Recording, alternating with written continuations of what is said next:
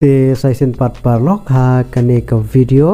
ngan ai ki jing mentep na ki kam pynlait da ka Meghalaya MSSD na benta ki post jong ki multitasking assistant na benta ki khartali ki district ha Meghalaya te sapek ya kane ka video haduh banda code ba bñiah ya ki detail ba kham bñiah ba lada pide ibarang thamai ha kane ka channel singa bhab na la ya kane ka video ban share shaki Paralok ki jong phi bat kumjuru ban subscribe ya kane ka channel.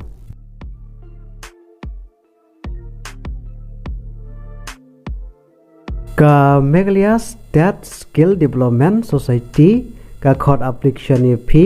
na banta kini ki post jong ki multitask assistant na banta ki khartali ki district ha Meghalaya bat cluster ban sumit ya ki application form ko jong phi kadai haduh ka khasan 3 Februari 2020 te na banta kini ki post jong ki multitask assistant MTA ki nombor ki post ki blaj ki don khar post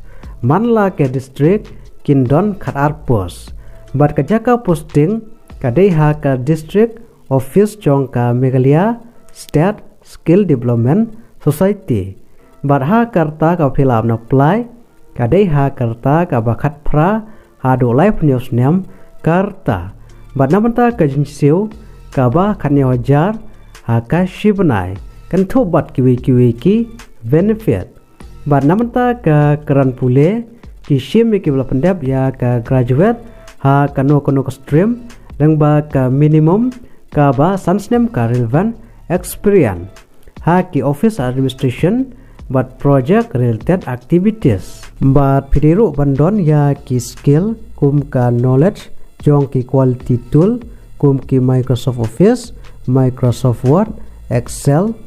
PowerPoint, Outlook but kiwe but pidiru ban biang ha ki report writing but analytic skill, administrative work but excellent communication skill but verbal but writing but kumjuru ki local language jong ka state